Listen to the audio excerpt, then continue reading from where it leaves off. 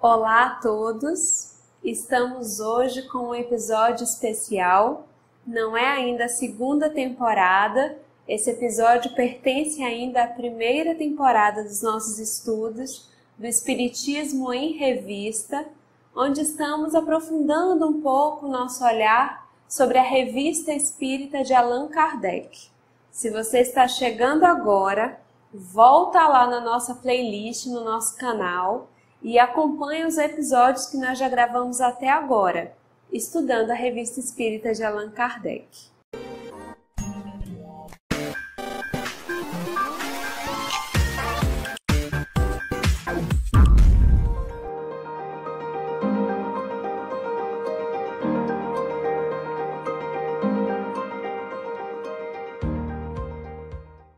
Esse episódio foi sugerido por uma amiga e nós achamos a ideia maravilhosa de gravarmos algumas perguntas feitas por vocês, algumas dúvidas que foram surgindo ao longo dos estudos, assistindo os vídeos ou lendo os artigos de Allan Kardec e que nós tentássemos de alguma forma responder essas dúvidas, dirimir dentro das nossas possibilidades algumas dessas questões.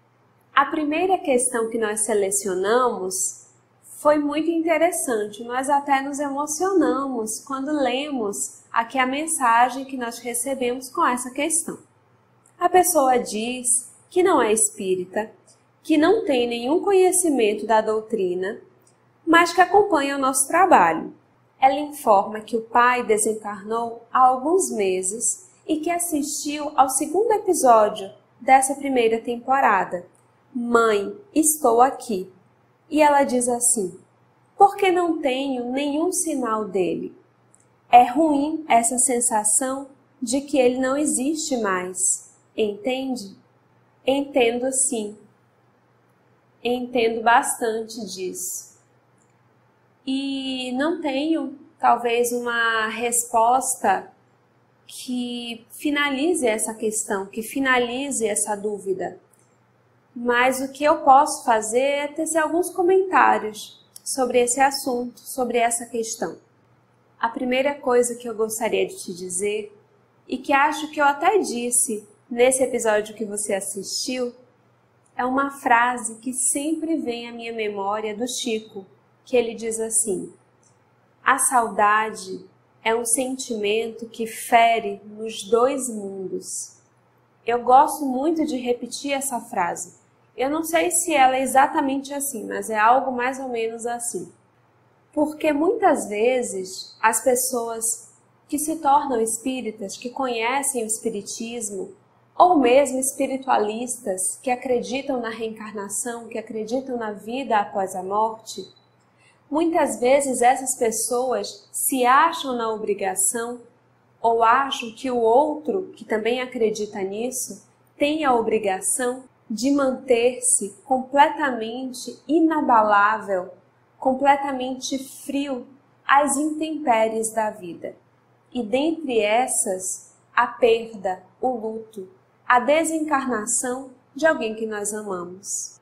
Ora, se uma pessoa, um familiar, que nós amamos muito, viaja aqui na Terra mesmo, encarnado, e passa meses distante de nós, nós não sofremos? A saudade não nos visita? E olha que hoje em dia nós temos vários recursos que nos ajudam a diminuir de certa forma essa saudade. Temos a tecnologia ao nosso dispor. Imagine se não tivéssemos nada disso.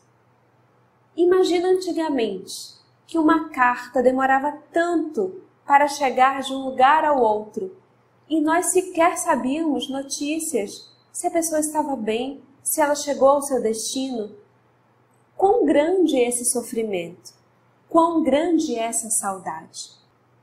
Então, para aqueles de nós que acreditam na vida após a morte, ou na vida após a vida, que acreditam que nenhum de nós deixa de existir quando o seu corpo físico perece, que acredita que em verdade nós somos espíritos, viajores, peregrinos, a morte é um afastamento, provisório certamente, como uma viagem, mas é um afastamento. E é claro que isso nos causa uma grande dor, uma grande saudade, ainda que acreditemos ou que tenhamos a certeza de que essa pessoa continua a existir. Então, a primeira coisa que eu queria te dizer, independente de você ser ou não espírita, de você conhecer ou não a doutrina espírita, é que essa saudade, essa dor diante do afastamento é absolutamente legítima e mesmo necessária. Sobre o ter notícias do seu pai, o ter notícias de pessoas que nós amamos, daquilo que temos lido, estudado e daquilo que pudemos acompanhar há alguns anos, quando nós participávamos de reuniões mediúnicas e acompanhávamos certas comunicações de espíritos já desencarnados, é que a grande maioria dos espíritos recém-desencarnados, na faixa evolutiva em que a maioria de nós se encontra aqui na Terra, nós necessitamos de um tempo de adormecimento e de recuperação. Após a desencarnação, há um período em que nós precisamos nos recuperar dessa longa jornada que nós tivemos aqui na Terra. Alguns espíritos nós perceberemos que mais rapidamente despertarão no mundo espiritual, no plano espiritual, mas alguns passarão um período maior em repouso. Então existem grandes chances de que o seu pai, que está ainda recém-desencarnado, porque 2 meses, 3 meses é pouco tempo para alguém que desencarnou. Muito provavelmente ele está nesse processo de recuperação, para posteriormente despertar no plano espiritual. E então esse despertar, as condições em que ele estará, inclusive para dar algum sinal, para comunicar-se mais tarde, são muitas variáveis que nós não temos como avaliar. Na época que o Chico psicografava aquelas cartas consoladoras, em grande parte de filhos para as suas mães, nós vemos nas biografias repetidamente o relato de que às vezes a mãe buscava o Chico e o filho não tinha ainda condições, por múltiplos motivos, de mandar uma mensagem. Às vezes era um outro familiar que mandava a mensagem no lugar do filho, porque o filho estava ainda se recuperando. Mas existe uma outra coisa que eu gostaria de te dizer e de compartilhar da minha própria experiência. Eu me tornei espírita aos 14 anos. Agora eu estou com 28 anos.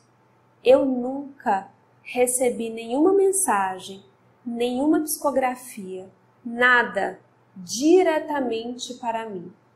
Já estive presente em mediúnicas, já convivi com algumas pessoas que têm a mediunidade ostensiva, mas nunca recebi nenhuma comunicação, nenhuma carta de algum parente, de algum familiar desencarnado, nada desse tipo.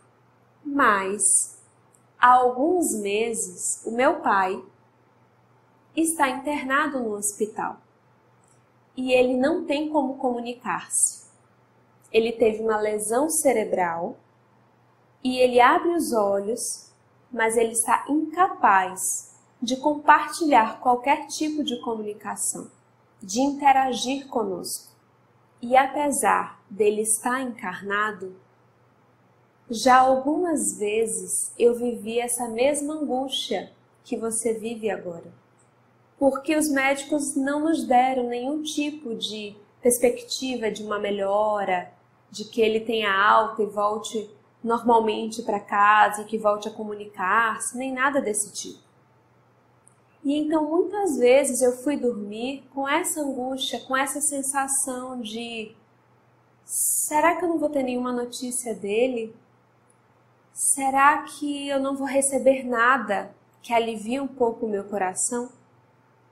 E então, minha amiga, eu rezei com toda a fé que eu possuía e que talvez seja menor que um grão de mostarda. Mas quando nós realmente amamos, e você sabe do que eu estou falando, algo brota em nossa alma e os nossos pedidos, as nossas solicitações a Deus se tornam mais humildes, se transformam em súplicas e verdadeiramente somos capazes de fazer uma prece do fundo do nosso coração.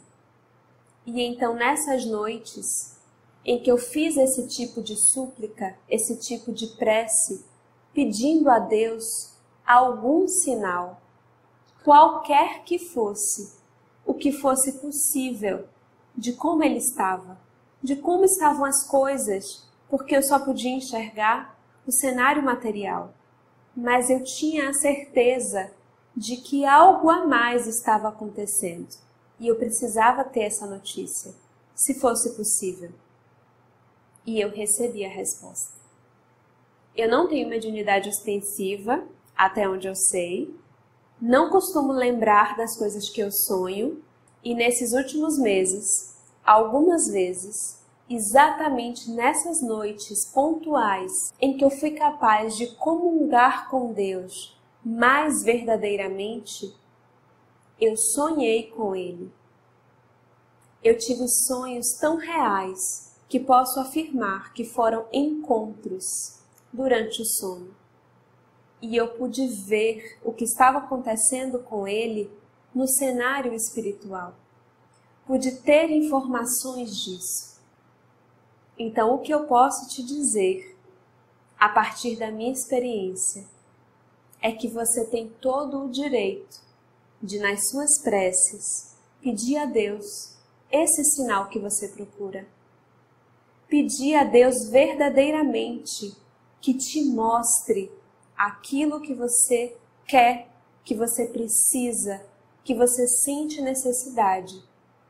E que, se for possível, se for do seu merecimento, se for da vontade de Deus, isso vai acontecer.